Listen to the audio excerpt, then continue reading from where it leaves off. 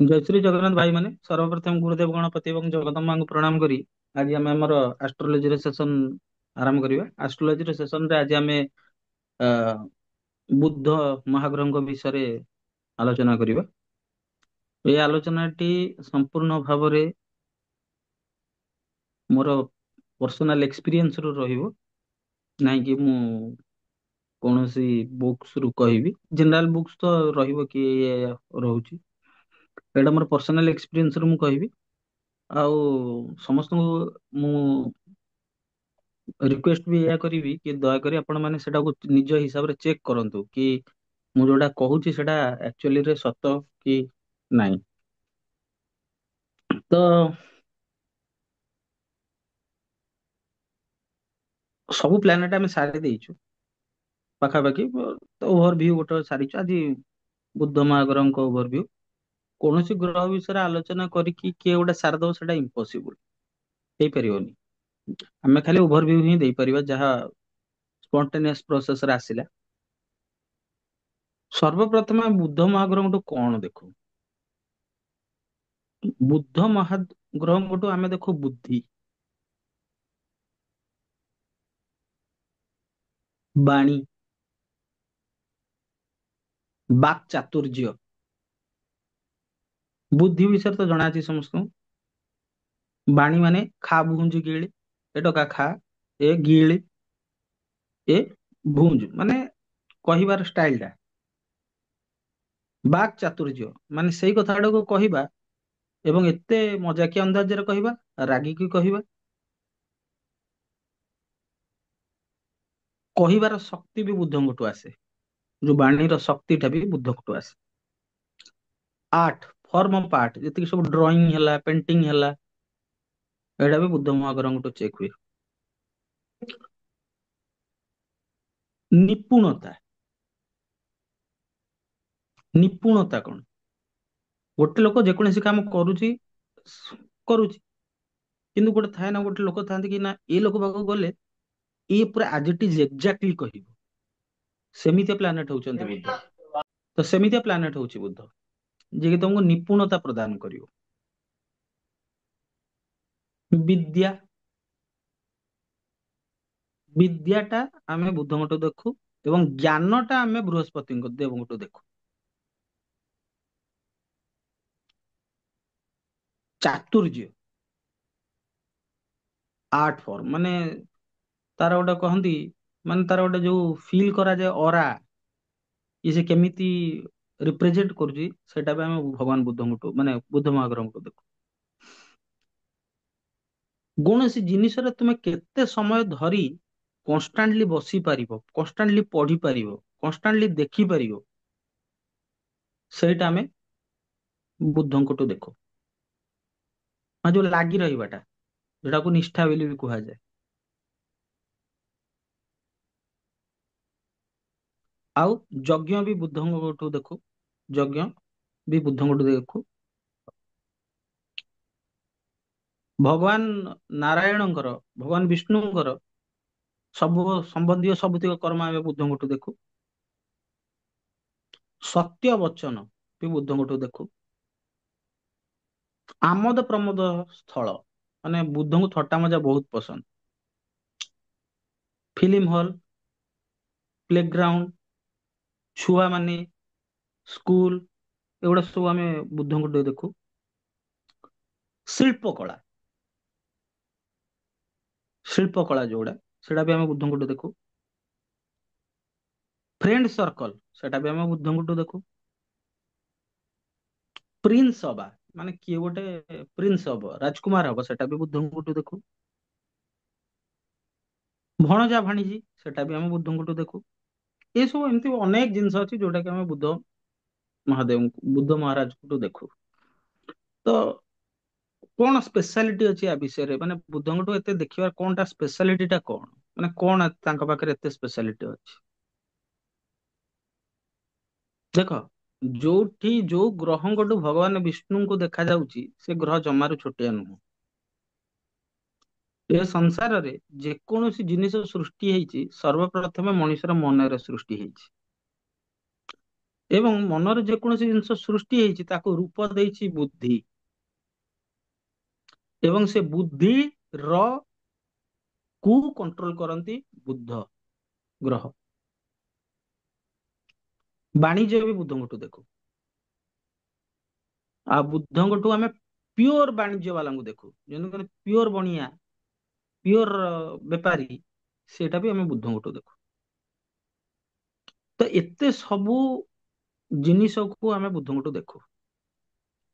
ଜୀବନରେ ଯଦି ଥଟ୍ଟା ମଜା ନ ରହେ, ହସ ଖୁସି ନ ରହେ, ତାହେଲେ ଜୀବନଟା ଦୁର୍ବିଷହ ହେଇଯିବ।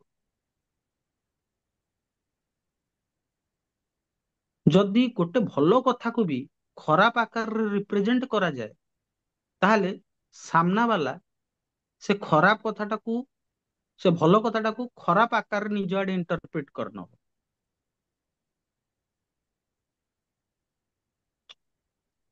ଯଦି ବେପାରଟା ଲାଭ ପାଇଁ କି ନ କରାଯାଇ ନିଷ୍କାମ ଭାବରେ କରାଗଲା, ତାହେଲେ ସେ ବେପାର ବୁଡିଯିବ। ଯଦି କୌଣସି ଜିନିଷରେ କିଏ ଏକ୍ସେଲ କରିବା ପାଇଁ ଚାହୁଁଛି, ସିଏ ଯଦି ସେଥିରେ ନ ଲାଗିକିନା ରହିବ, ତାହେଲେ ସେ ଜିନିଷରେ ସେ ସେଇ ଜିନିଷର ସେଇ ତତ୍ଵର ଊର୍ଦ୍ଧ୍ୱକୁ ଯାଇପାରିବନି। ତେଣୁ ଏଇ ସବୁ ଇମ୍ପୋର୍ଟାଣ୍ଟ ଟପିକ ର ମାଲିକ ହଉଛନ୍ତି ବୁଦ୍ଧ। ଏବଂ ବୁଦ୍ଧ, ଯେହେତୁ ଆମେ ଭଗବାନ ବିଷ୍ଣୁଙ୍କ ସହିତ ରିଲେଟ କରୁ, ବିଷ୍ଣୁଙ୍କୁ କୁହାଯାଏ ଗୁଣାତୀତ, ସତ୍ଵ ରଜ ତମ, ଏବଂ ତାଙ୍କୁ ମାୟାଧର ବି କୁହାଯାଏ। ସେ ସବୁ ମାୟାକୁ ରଚନା କରନ୍ତି।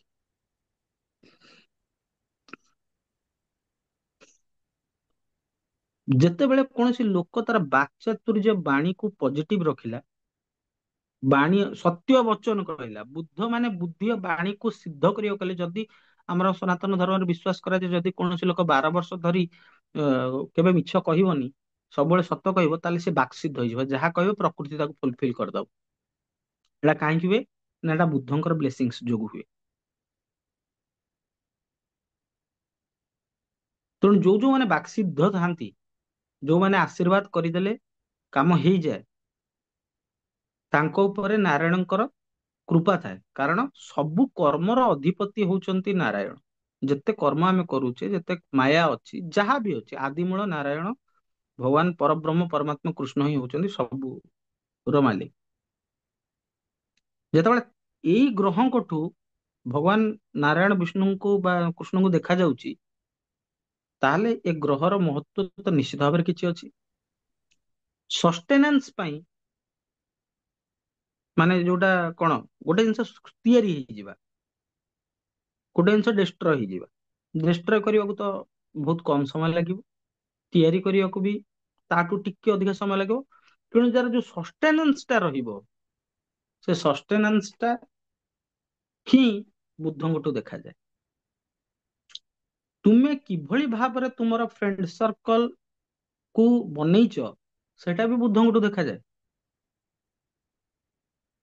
ସତ୍ସଙ୍ଗ ପାଇବ କି କୁସଙ୍ଗ ପାଇବ, ସେଟା ବି ବୁଦ୍ଧଙ୍କଠୁ ଦେଖାଯାଏ।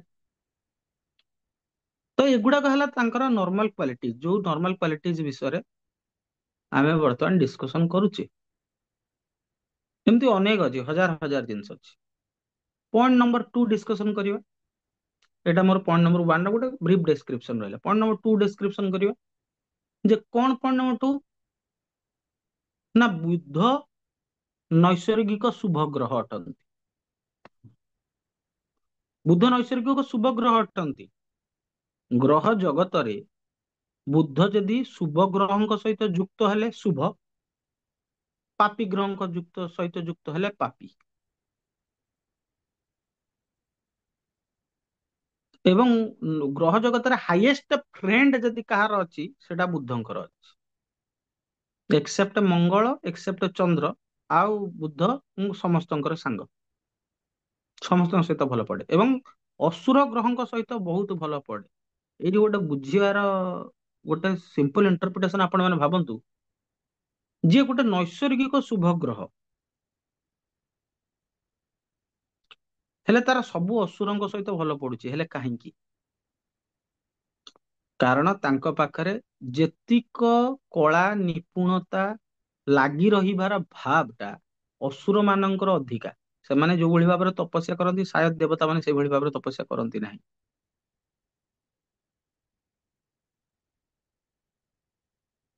ଏ ସଂସାରରେ ବୁଦ୍ଧି ହିଁ ସବୁ କିଛି ସୃଷ୍ଟି କରିପାରେ। ବୁଦ୍ଧି ଦ୍ଵାରା, ଯଦି ଭଲ ବୁଦ୍ଧି ଅଛି, ସୁବୁଦ୍ଧି ଅଛି, ଯୋଉ ଚତୁରତା ଅଛି, ବାକ୍ ଚାତୁର୍ଯ୍ୟ ଅଛି, ତାହେଲେ ତାର ସବୁ ପ୍ରକାର ପରିସ୍ଥିତିକୁ ସେ ସମ୍ଭାଳି ଦେବାର ସମ୍ଭାବନା ଅଛି।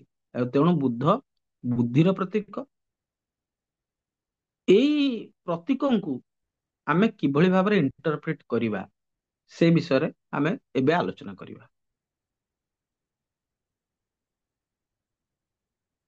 ଦେଖନ୍ତୁ, ମୁଁ ଛାଡିକି ଯାଉନି ବୁଦ୍ଧ କୋଉ ଗ୍ରହ ସହିତ ଜଏଣ୍ଟ ହେଇକି ରହିଲେ, ସେଗୁଡା ତ ଆମେ ପରେ ପଢିବା।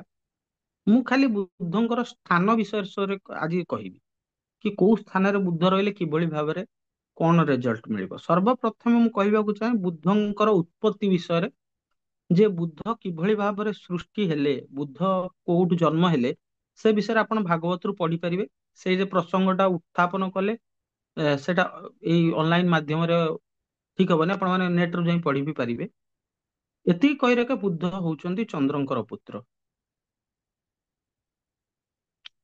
ଏବଂ ତାଙ୍କର ଉତ୍ପତ୍ତି କାଳରେ ତାଙ୍କର ଆଇଡେଣ୍ଟିଟି କୁ ନେଇକି ପ୍ରଶ୍ନବାଚୀ ସୃଷ୍ଟି ହେଇଥିଲା, ସେ କାହା ପୁଅ ବୋଲି।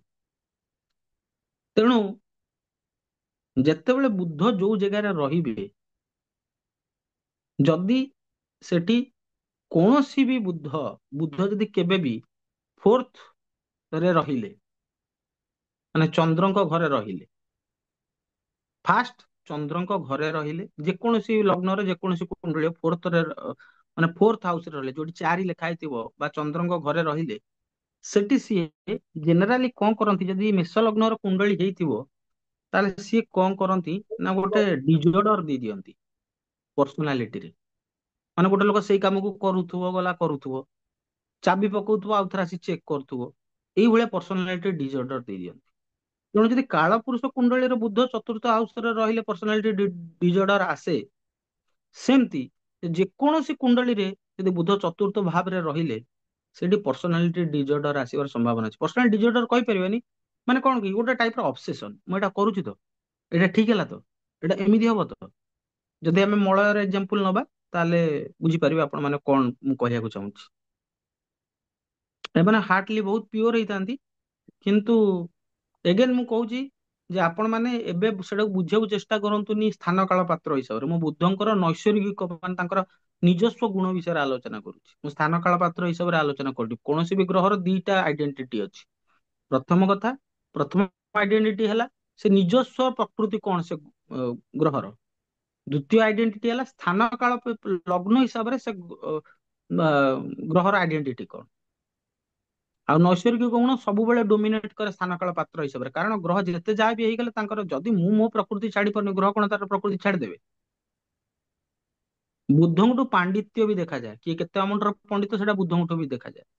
ଯଦି କାହାର ବୁଧ ଫୋର୍ଥ ହାଉସରେ ରହିଲେ, ଏଇଟା ଜେନେରାଲି ପ୍ରୋବ୍ଲେମ ହୁଏ। ତ ବୁଦ୍ଧଙ୍କର ଗୋଟିଏ ମାତ୍ର ଦୃଷ୍ଟି ଅଛି, ଯଦି କାହାର ଫୋର୍ଥ ହାଉସରେ ବୁଦ୍ଧ ରହିଲେ, ତାର ସେଭେନ୍ଥ ଦୃଷ୍ଟି ପଳେଇବ 10th ହାଉସକୁ। ତେଣୁ ଏ ଲୋକ କର୍ମକୁ ନେଇ, କର୍ମରେ ନିଜର ଇଣ୍ଟେଲେକ୍ଟ ବା ବୁଦ୍ଧିକୁ ୟୁଜ କରିକି ଭଲ ଭାବରେ କର୍ମ କରିପାରିବ।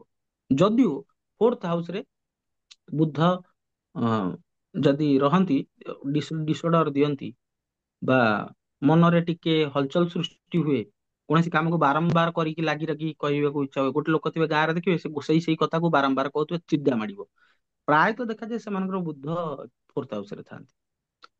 ସେମିତି 10th ହାଉସରେ ଯଦି କୋଉଠି କାହାର ବୁଦ୍ଧ ରହିଲେ, ଏବଂ ଯଦି ଫୋର୍ଥ ହାଉସରେ ରହିଲେ, କିଏ 10th ହାଉସରେ ବୁଦ୍ଧ ରହିଲେ, ସେଭେନ୍ଥ ଦୃଷ୍ଟିରେ ସେ ଫୋର୍ଥ ହାଉସକୁ ଦେଖିଲା, ତାହେଲେ ସେଠି ବି କଣ ହବ ନା, ତାର କାମରେ ସ୍ଥାନ ହିସାବରେ ବୁଦ୍ଧ କର୍ମରେ ତାର ଇଣ୍ଟେଲେକ୍ଟକୁ ସେ ୟୁଜ କରିବ, ପାଣ୍ଡିତ୍ୟକୁ ୟୁଜ କରିବ, ନଲେଜକୁ ପ୍ରପରଲି ୟୁଜ କରିବ, ବିଜନେସକୁ ୟୁଜ କରିପାରିବ। ଠିକ ଅଛି। ଏବଂ ଫୋର୍ଥ ହାଉସକୁ ଦୃଷ୍ଟି କରୁଥିବାରୁ ତାର ବି ସେମିତି ପର୍ସନାଲିଟି ପ୍ରୋବ୍ଲେମ ଦେଖାଯିବ। ଏଗେନ ମୁଁ କେବଳ ଏଇଟା ବୁଦ୍ଧଙ୍କୁ ନେଇକି କହୁଛି, ଆପଣ ମାନେ କେବଳ ଇଣ୍ଟରପ୍ରିଟ କରିବେନି, କାରଣ ଯେତେବେଳେ କୁଣ୍ଡଳୀ ଖୋଲିବା, ସେତେବେଳେ 9ଟା ଗ୍ରହ ଥିବେ ତା ଭିତରେ, କେବଳ ବୁଦ୍ଧ ନଥିବେ। ଏଇଟା ମୁଁ ଖାଲି ଗୋଟେ ସ୍ଥାନ ବିଶେଷରେ କହୁଛି। ଯଦି କାହାର ଫିଫ୍ଥ ହାଉସରେ ବୁଦ୍ଧ ଥାନ୍ତି, ତାହେଲେ ସିଏ ସ୍ଥାନ କାଳ ପାତ୍ର ହିସାବରେ ଯାହା ବି ହେଇଥିବ, ଏ ପିଲା ଯଦି ପାଠରେ ବୁଦ୍ଧି ଲଗେଇଲା, ପାଠ ପଢିଲା, ତାର ବହୁତ ଇମ୍ପ୍ରୁଭମେଣ୍ଟ ହବ। ଏବଂ ଫିଫ୍ଥ ହାଉସ ରୁ ଡାଇରେକ୍ଟ ସେଭେନ୍ଥ ଦୃଷ୍ଟି କୋଉଠିକି ଦେଲେ ବୁଦ୍ଧ ଦେବ ନା ଇଲେଭେନ୍ଥ ହାଉସ କୁ। ଇଲେଭେନ୍ଥ ହାଉସ ଆମର ପୂର୍ବ ମାନେ ଆମର ସତ୍ ସଙ୍ଗତି, ୱିଶ ଫୁଲଫିଲମେଣ୍ଟ, ଲାଭ। ତେଣୁ ଇଏ ବୁଦ୍ଧିକି ୟୁଜ କରିକି ତାର ଲାଭ କରିପାରିବ। ଏବଂ ଯଦି କୌଣସି ଲୋକର ଫିଫ୍ଥ ହାଉସ ରେ ବୁଦ୍ଧ ରହିଲେ ଏବଂ ବୁଦ୍ଧ ପୀଡିତ ହେଇଗଲେ ପାପୀ ମାନଙ୍କ ଦ୍ଵାରା, ତାହେଲେ ତାର ପଢା ମଝିରେ ବନ୍ଦ ହେଇଯିବ, ସେ ଆଉ ପଢି ପାରିବନି। କାରଣ ମୁଁ ମୂଳରୁ କହିଛି ବୁଦ୍ଧ ଯଦି ଶୁଭ ଗ୍ରହଙ୍କର ଦୃଷ୍ଟିରେ ରହିଲେ ବହୁତ ଶୁଭ, କୁ ଦୃଷ୍ଟିରେ ରହିଲେ ଖରାପ। ତେଣୁ ମୁଁ ଯାହା ବି କହିବି ତାର ଦିଟା ଇଣ୍ଟରପ୍ରିଟେସନ ଆପଣ ମାନେ ନେବେ। ଜେନେରାଲି ଦେଖାଯାଏ ପର୍ସନାଲିଟି ଡିଜଅର୍ଡର ସେତେବେଳେ ହୁଏ ଯେତେବେଳେ କାହାର ଫୋର୍ଥ ହାଉସରେ ବୁଦ୍ଧ ଥାଇକି ମାଲେଫିକ ମାନେ ଯୋଉ ମାର୍ସ, ମଙ୍ଗଳ, ଶନି, ରାହୁ, କେତୁ ଦେଖିଦେଲେ, ତାହେଲେ ପ୍ରୋବ୍ଲେମ ବହୁତ ବଢିଯାଏ ସେ ପର୍ସନାଲିଟି ଡିଜଅର୍ଡର ବାହାରିବାରେ। ବୁଦ୍ଧର ଯେତେବେଳେ ଦଶା ଅନ୍ତର୍ଦଶା ଆସେ ସେତେବେଳେ ତାଙ୍କୁ ସେ ପ୍ରୋବ୍ଲେମଟା ହୁଏ।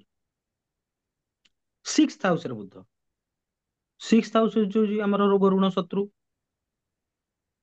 ଏବଂ ସିକ୍ସଥ ହାଉସରେ ବୁଦ୍ଧ ରହିକି ଟୁଏଲ୍ଥ ହାଉସକୁ ଦେଖିଲେ। ତେଣୁ ଇଏ ଲୋକ କଣ କରିବ, ନିଜର ବୁଦ୍ଧି, ନିଜର ବାଣୀ, ନିଜର ବାକ୍ ଚାତୁର୍ଯ୍ୟକୁ ୟୁଜ କରି ସିଏ ତାର ରୋଗ ଋଣ ଯୋଉ ଶତ୍ରୁ ମାନଙ୍କୁ ତାର ବାଣୀ ମାଧ୍ୟମରେ ସେ ଟ୍ୟାକେଲ କରିନବ। ଠିକ ଅଛି। ଏବଂ ଇଏ ସର୍ଭିସ କରିବା ପାଇଁ କି ଇଏ ପୋଜିସନ, କାରଣ ସିକ୍ସ ହାଉସରେ ଆମେ ସେବା ବି ଦେଖୁ, ସିକ୍ସ ହାଉସରେ ଆମେ day to day routine life ବି ଦେଖୁ। ତେଣୁ ଏଇଠି ଯଦି ଏ ପୋଜିସନରେ ଯଦି ବୁଦ୍ଧ ରହିଲେ, ତାହେଲେ ସେ ତାର ବୁଦ୍ଧିକୁ ୟୁଜ କରି ତାର ଡେ ଟୁ ଡେ ରୁଟିନ ସହିତ ତାର ଶତ୍ରୁ ମାନଙ୍କୁ ତାର ଋଣ ମାନେ ଲୋନ ଆଣିବା, ଏଗୁଡାକୁ ସେ ଆରାମ ସେ ଇଜିଲି କରିପାରିବ। ସେଭେନ୍ଥ ହାଉସରେ ବୁଦ୍ଧ, ହଁ। ଆଉ ସିକ୍ସ ହାଉସରେ ରହିକି ବୁଦ୍ଧ ଦେଖିଲେ ଟୁଏଲ୍ଥ ହାଉସକୁ। ତେଣୁ ସେଠି କଣ ସେଟା ହେଲା, ଦେଖ ନାଇନ୍ଥ ହାଉସ ଯଦି ଧର୍ମ ହେଲା, ନାଇନ୍ଥ ରୁ ଟୁଏଲ୍ଥ ହାଉସ ହଉଛି ନାଇନ ରୁ 9 ରୁ ଡିଷ୍ଟାନ୍ସ, ଧର ମେଷ ଲଗ୍ନ କୁଣ୍ଡଳୀ, 9 ହାଉସରେ ରହିଲେ ଜୁପିଟର, ଟୁଏଲ୍ଥ ହାଉସରେ ରହିଲେ ଜୁପିଟର, ନାଇନ୍ଥ ହାଉସ ରୁ ଟୁଏଲ୍ଥ ହାଉସର ଡିଷ୍ଟାନ୍ସ ହଉଛି 4। ଧର୍ମ ଯଦି 9 ହାଉସ ହେଲା, ଧର୍ମର ବାସ ହବ ଯାଇକି ଟୁଏଲ୍ଥ ହାଉସରେ। ତେଣୁ ଯେତେବେଳେ ବୁଦ୍ଧ ଭଳିଆ ପ୍ଲାନେଟ ଏଠି ବସିଲା, ଇଏ ପିଲା ଯଦି ଭଲ ସେ ପୁରାଣ ଶାସ୍ତ୍ର ଗୁଡାକୁ ପଢିଲା, ତାହେଲେ ତାକୁ ସେଇଟା ତାର ଲିବରେସନ, ଜୀବନ ମୁକ୍ତ ହେଇକି କାମ କରିବାରେ ହେଲ୍ପ କରିବ। ଏମିତି ହଜାର ହଜାର ଇଣ୍ଟରପ୍ରିଟେସନ ଅଛି, ମୋ ମନରେ ହୃଦୟରେ ଯାହା ଆସୁଛି ମୁଁ ସେଇଟା ଆପଣ ମାନଙ୍କୁ କହୁଛି। ସେଭେନ୍ଥ ହାଉସ ବୁଦ୍ଧ, ସେଭେନ୍ଥ ହାଉସରେ ଆମେ ବିଜନେସ ଦେଖୁ। ସେଭେନ୍ଥ ହାଉସରେ ଯଦି କାହାର ବିଜନେସ ବୁଦ୍ଧ ଅଛନ୍ତି, ସିଏ ଯଦି ସର୍ଭିସ କଲା, ତାହେଲେ ତାକୁ ଟିକେ ପ୍ରୋବ୍ଲେମ ହବ। ସେଭେନ୍ଥ ହାଉସରେ ବୁଦ୍ଧ ଜେନେରାଲି ବିଜନେସକୁ ହିଁ ଶୋ କରନ୍ତି। ସେଭେନ୍ଥ ହାଉସରେ ବୁଦ୍ଧ ବିଜନେସକୁ ଶୋ କରନ୍ତି, ସେଥିରେ 1 ଆଉ 7 ଆକ୍ସେସ ହେଇଗଲା। ଇଏ ପିଲା ଯେହେତୁ ଲଗ୍ନକୁ ବୁଦ୍ଧ ଦେଖୁଥିବ, ଇଏ ବାଣୀରେ ମାଷ୍ଟର ହେଇଥିବ। ଏଗେନ ଯଦି ଏଠି ବୁଦ୍ଧ ମାଲେଫିକ ହେଇଗଲେ, ମାଲେଫିକ ହେଇଗଲେ, ଇଏ ଲୋକ ମାନେ ବିଜନେସ ଡିଲ୍ସ ଗୁଡାକ କରିବା ପାଇଁ ପ୍ରୋବ୍ଲେମ ଫେସ କରିବ। ସଂସାରରେ ଯେକୌଣସି ବି ପ୍ଲାନେଟ ଅଛନ୍ତି, ଯଦି ସେମାନେ 8th ହାଉସ 8 ନମ୍ବର ଘରକୁ ପଳେଇଲେ, ତାକୁ କୁହାଯାଏ ଗ୍ରହ ଖରାପ ହେଇଗଲା। କିନ୍ତୁ ଏ ଗ୍ରହ ଜଗତରେ ଯେତେ ଗ୍ରହ ଅଛନ୍ତି, କେବଳ ବୁଦ୍ଧଙ୍କୁ ହିଁ 8th ହାଉସରେ ବହୁତ ହି ଭଲ ବୋଲି ମନାଯାଏ। ତମେ ପଚାରିବ କାହିଁକି? ଯଦି ଦେଖ, କୌଣସି ଗ୍ରହ ଭଲ ନୁହଁ, କୌଣସି ଗ୍ରହ ଖରାପ ନୁହଁ, କୌଣସି କୁଣ୍ଡଳୀ ଭଲ ନୁହଁ, କୌଣସି କୁଣ୍ଡଳୀ ଖରାପ ନୁହଁ। ତମ କୁଣ୍ଡଳୀ ତମକୁ ପ୍ଲେସମେଣ୍ଟ ହିସାବରେ କଣ କରିବାକୁ କହୁଛି, ତୁମେ ଯଦି ସେଇଟାକୁ କମ୍ପ୍ଲାଏ କରିଦେଲ, ତମେ ବେଷ୍ଟ ରେଜଲ୍ଟ ପାଇବ। 8th ହାଉସରେ ବୁଦ୍ଧ ରହିକି, 8th ହାଉସରେ ବୁଦ୍ଧ ରହିଲେ ତୁମେ ଚାକିରି କରିବ ଯାଇକି ଇଣ୍ଡିଆନ ଆର୍ମିରେ, ସେଠି ଚାକିରି ତିଷ୍ଠିବନି। 8th ହାଉସରେ ବୁଦ୍ଧ ରହିଲେ ଇଣ୍ଡିଆନ ଆର୍ମିରେ ଚାକିରି କରିବାକୁ ବାହାରିବ, କୋଉଠି ତିଷ୍ଠିବ? ତେଣୁ 8th ହାଉସର ବୁଦ୍ଧ କଣ ନା, ଏ ଲୋକକୁ ପ୍ରପରଲି ଜଣା ଯେ ବିଜନେସ ରେ କେମିତି ପଇସା ଇନକମ ହବ। ବିଜନେସ ଦେଖୁ ଆମେ ସେଭେନ୍ଥ ହାଉସରୁ, ସେଭେନ୍ଥ ହାଉସରୁ 8th ହାଉସ ହଉଛି ସେକେଣ୍ଡ ହାଉସ, ମାନେ ସେଭେନ୍ଥ ହାଉସର ଧନ ଭାବଟା ହଉଛି 8th ହାଉସ। ଅନ୍ୟ ମାନଙ୍କଠୁ ପଇସା ବାହାର କରିବାର ସବୁଠୁ ଯଦି ବେଷ୍ଟ ମାନେ ଥିବ, ଯାହା କହନ୍ତି ମାର୍କେଟିଂ ଷ୍ଟ୍ରାଟାଜିରେ ଅନ୍ୟ ପକେଟ ରୁ କେମିତି ମୁଁ କେମିତି କଥା କହିଲେ ସେ ପଇସା ବାହାର କରିଦବ। ତମେ ହେଲ ଲଗ୍ନ, ଲଗ୍ନରୁ ସେଭେନ୍ଥ ହେଲା ତମ ପାର୍ଟନର। ତୁମେ ଯେତେବେଳେ ପାର୍ଟନର ବା ଡେଲି, ହଁ ସେଭେନ୍ଥ ହାଉସରେ କେବଳ ଆମେ ମାନେ ପାର୍ଟନର ଦେଖୁନା, ସେଭେନ୍ଥ ହାଉସରେ ଆମେ କେବଳ ପାର୍ଟନର ନ ଦେଖି ଆମେ ଦେଖୁ ଯୋଉ ଡେଲି ଆମେ କଥାବାର୍ତ୍ତା କରୁଛୁ ସେଇଟା ବି ସେଭେନ୍ଥ ହାଉସରୁ ଦେଖାଯାଏ। ଆମେ ଯୋଉ କଥାବାର୍ତ୍ତା ଏବେ ଆମେ ଆଲୋଚନା କରୁଛୁ ଏଟା ଆମର ସେଭେନ୍ଥ ହାଉସ ୟୁଟିଲାଇଜ ହଉଛି। ତେଣୁ ଆମେ ଯାହା ସହିତ କଥା ହଉଛୁ ତାର ପଇସା ହଉଛି ଏଇଟ୍ଥ ହାଉସ। ତେଣୁ ଯଦି ଏଇଟ୍ଥ ହାଉସରେ ବୁଧ ରହିଲା, ତମେ ଯାହା ସହିତ କଥା ହବ ତାଠୁ ପଇସା ବାହାର କରିପାରିବ। ଏ ଲୋକ ଆଷ୍ଟ୍ରୋଲୋଜି ଯଦି କଲା ବହୁତ ବଢିଆ କରିବ। ଏ ଲୋକ ଯଦି ଇନ୍ସୁରାନ୍ସ ସେକ୍ଟରରେ କାମ କଲା ବହୁତ ବଢିଆ କରିବ। ବ୍ୟାଙ୍କରେ ଚାକିରି କଲା ମାନେ ନିଜର ଇନକମ ଅନ୍ୟ ପଇସାକୁ ନେଇ ସେ ଖେଳି ପାରିବ। ନାଇନ୍ଥ ହାଉସ ବୁଧ, ଏଇଟା ଟିକେ ଏତେ ଭଲ କମ୍ବିନେସନ ନୁହଁ। କାଳପୁରୁଷ କୁଣ୍ଡଳୀରେ ଜୁପିଟର ହଉଛନ୍ତି ନାଇନ୍ଥ ହାଉସ ର ମାଲିକ। ମେଷ ଲଗ୍ନ କୁଣ୍ଡଳୀକୁ ମୁଁ କାଳପୁରୁଷ କୁଣ୍ଡଳୀ ବୋଲି କହେ, ସମସ୍ତେ ବି ସେଇଟାକୁ ସେଇଆ କହନ୍ତି। ଜୁପିଟର କଣ କରେ ନା ଭାଇ, ସେ ନିଷ୍କାମ ଭାବର ପ୍ରତୀକ। ମର୍କ୍ୟୁରୀ ଭଳିଆ ବ୍ୟାପାରୀ ପ୍ଲାନେଟ ଯେତେବେଳେ ନାଇନ୍ଥ ହାଉସ କୁ ପଳେଇଲା, ବ୍ୟାପାରରେ ତ ତମକୁ ଟିକେ ନିଷ୍କାମ ଭାବ ରଖିଲେ ତମେ ତଳି ତଳାନ୍ତ ହେଇଯିବ। ତେଣୁ ନାଇନ୍ଥ ହାଉସ ର ଜୁପିଟର, ନାଇନ୍ଥ ହାଉସ ର ଯେତେବେଳେ ବୁଧ ଯିବେ, ତମେ ବିଜନେସ କଣ କୁ ନେଇ କରିପାରିବ? ଧର୍ମ ସମ୍ବନ୍ଧୀୟ ଆଇଟମ, ଯେମିତି ଯାହାର ପୂଜା ପାଠ ଦୋକାନ ଅଛି, ଯୋଉମାନେ ପୂଜା ରିଲେଟେଡ ସମ୍ବନ୍ଧୀୟ ଜିନିଷ ସବୁ ବିକ୍ରି କରନ୍ତି, ସେ ବିଜନେସ ଟା ତମେ ନାଇନ୍ଥ ହାଉସ ବୁଧରୁ ପାଇବ। ଏଗେନ୍ ତାପରେ ଆମେ ପଳେଇ ଆସିବା ଟେନ୍ଥ ହାଉସ ବୁଧକୁ। ଟେନ୍ଥ ହାଉସ ବୁଧ କଣ? ଅଲରେଡି ମୁଁ କହୁଛି କିଏ ତାର କର୍ମ, ପ୍ରତି କର୍ମରେ ଟେନ୍ଥ ହାଉସ କେବଳ ମୋର ସର୍ଭିସ ନୁହଁ। ସର୍ଭିସ ଆମେ ଦେଖୁ ସିକ୍ସଥ ହାଉସ ରୁ। ଟେନ୍ଥ ହାଉସ ହଉଛି ଇଚ୍ କର୍ମ। ଯେତେ ଖାଇବା, ବସିବା, କଥା ହବା, କାହା ସାଙ୍ଗରେ ମସ୍ତି କରିବା, ମଜା କରିବା, ଇଏ କରିବା, ସେ ସବୁ କର୍ମରେ ତାର ବୁଦ୍ଧି ୟୁଜ କରିକି ଏକ୍ସେଲ କରିପାରିବ। ଇଲେଭେନ୍ଥ ହାଉସ ବୁଧ, ଇଲେଭେନ୍ଥ ହାଉସ ବୁଧ କଣ? ଯଦି ଇଲେଭେନ୍ଥ ହାଉସରେ ବୁଧ ରହିଲା, ତାହେଲେ ସେ ତାର ଡାଇରେକ୍ଟ ଦୃଷ୍ଟି ରହିବ ଫିଫ୍ଥ ହାଉସ କୁ। ଇଏ ପିଲା କଣ କରିବ ନା, ତାର ସଙ୍ଗତି ମାନଙ୍କ ଭିତରେ ଗୋଟେ ରାଜକୁମାର ହବ। ତା ସାଙ୍ଗମାନଙ୍କ ଭିତରେ ରାଜକୁମାର ହବ। ୟାର ପୁଣି ଦିଟା ପେହଲୁ ଅଛି। ଫାଷ୍ଟ ପେହଲୁ କଣ?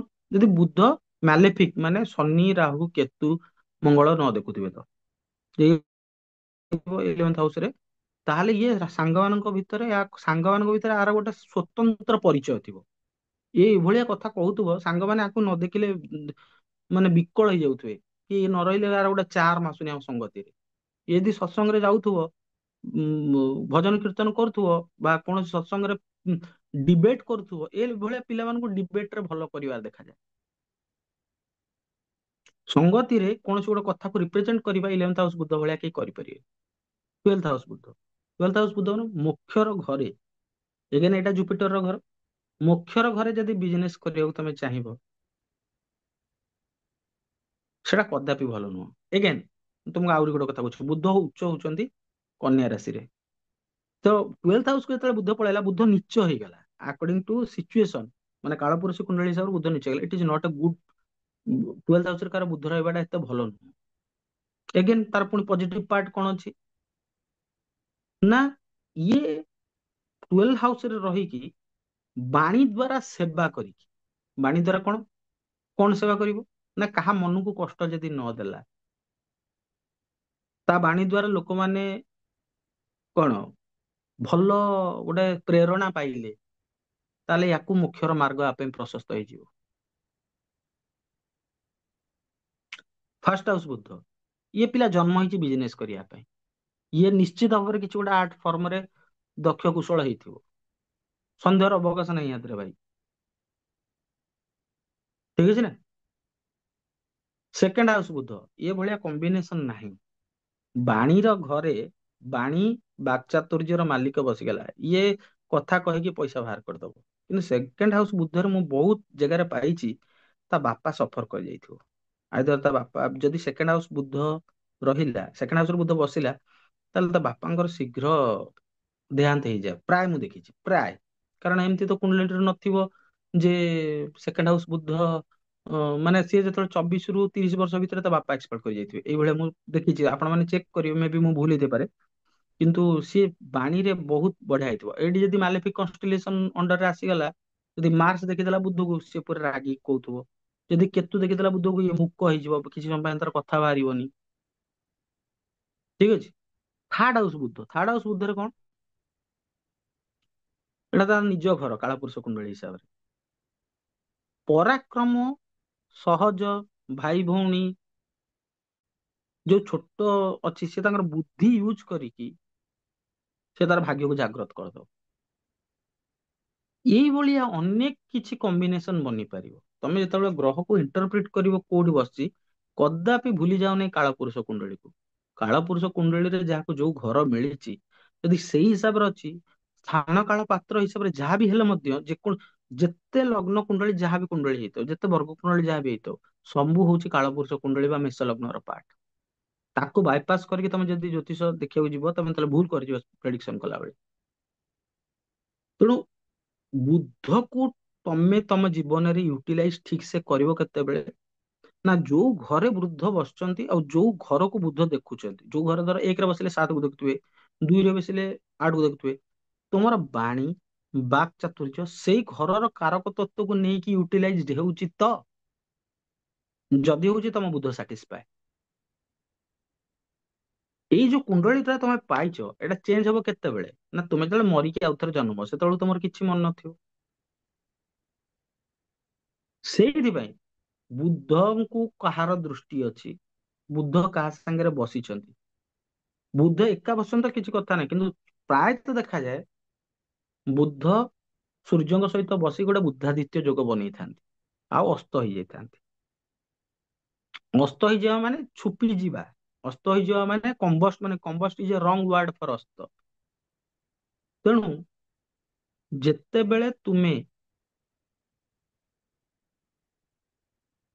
ବୁଦ୍ଧଙ୍କୁ ସୂର୍ଯ୍ୟଙ୍କ ସହିତ ପାଇବ, ଆଉ ବୁଦ୍ଧକୁ ଅନ୍ୟ କୌଣସି ଜିନିଷ ପାଉନ, ମାନେ ଅନ୍ୟ ଜିନିଷ ଦେଖିବନି, ଅନ୍ୟ କୌଣସି ଜିନିଷ ନଥିବ, ମାନେ ମାଲେଫିକ ଦୃଷ୍ଟି, କୁଦୃଷ୍ଟି ନଥିବ ବୁଦ୍ଧଙ୍କ ଉପରେ, ତାହେଲେ ଏଗୁଡା ବଢିଆ ରାଜଯୋଗ। ଏଇ ଗ୍ରହଙ୍କ ମାଧ୍ୟମରେ, ଏଇ ଗ୍ରହଙ୍କ ମାଧ୍ୟମରେ ପିଲାମାନେ ବହୁତ ପାଠ ପଢନ୍ତି। ତେଣୁ ଷ୍ଟୁଡେଣ୍ଟସ ମାନଙ୍କ ପାଇଁ ସବୁଠୁ ଏଟା ଭେରି ଭେରି ଇମ୍ପୋର୍ଟାଣ୍ଟ। ଯୋଉମାନେ ଆଳସ୍ୟ କରୁଛନ୍ତି, ଯୋଉମାନେ ପଢି ପାରୁନାହାନ୍ତି, ସେମାନେ ଚେକ୍ କରନ୍ତି ଯେ ବୁଦ୍ଧ ତାଙ୍କର କୋଉ ଘରେ ବସିଛନ୍ତି, ଏବଂ ବୁଦ୍ଧକୁ ୟୁଟିଲାଇଜ କଲେ ହିଁ ତାଙ୍କର ପଢାରେ ଉନ୍ନତି ହବ। ଗୁରୁଦେବ ବୃହସ୍ପତି ନୋ ଡାଉଟ ତାଙ୍କ ପାଇଁ ଦରକାର, ସବୁ ଗ୍ରହ ଦରକାର, କିନ୍ତୁ ତାର ପଢାର ଯେତେବେଳେ ପଢା ପାଣ୍ଡିତ୍ୟ ବାକ୍ଚାତୁର୍ଯ୍ୟ କହିବାର ଶୈଳୀ ଆସିଗଲା, ବିଦ୍ୟା ଯୋଉଠି ଆସିଗଲା, ସେଠି ବୁଦ୍ଧଙ୍କୁ ଦେଖିବାକୁ ପଡିବ। ଆଉ ତମ ବୁଦ୍ଧ କୁଣ୍ଡଳୀରେ କୋଉ ହିସାବରେ ପ୍ଲେସ୍ଡ ଅଛନ୍ତି, ସେଇଆକୁ ଦେଖି ପିଲାର ପାଠ ପଢାକୁ ଡିସାଇଡ କରିବ, କି ସେ ପିଲା କେତେ ସମୟ ଧରି ପଢୁଥିବ, କେତେ ସମୟ ଧରିକି ସେ ମନେ ରଖିବ, କେତେ ସମୟ ଧରିକି ସେ କିଭଳି ଭାବରେ କଥା କହିବ, ସେଟା ବୁଦ୍ଧଙ୍କ ଉପରେ ଡିପେଣ୍ଡ କରେ। ତେଣୁ ଷ୍ଟୁଡେଣ୍ଟସ ମାନଙ୍କ ପାଇଁ ବୁଦ୍ଧଙ୍କର ମହତ୍ଵ ବହୁତ ବହୁତ ଗୁରୁତ୍ୱପୂର୍ଣ୍ଣ। ଏଇଠି ଗୋଟେ ଛୋଟ କଥା କହିବାକୁ ଚାହେଁ, ଯୋଉ ବୁଦ୍ଧ ଗ୍ରହ ଆପଣ ମାନେ ପାଇବେ, ଯେ 10th ହାଉସ ମର୍କ୍ୟୁରୀ ବାଲା ମ୍ୟାକ୍ସିମମ୍ ମାର୍କେଟିଂ ରେ ଥିବେ, 8th ହାଉସ ମର୍କ୍ୟୁରୀ ବାଲା ମ୍ୟାକ୍ସିମମ୍ ଯୋଉ କଣ ସେଟା କହନ୍ତି, ମାନେ ଟିଭି ଲାଇନ, ମାନେ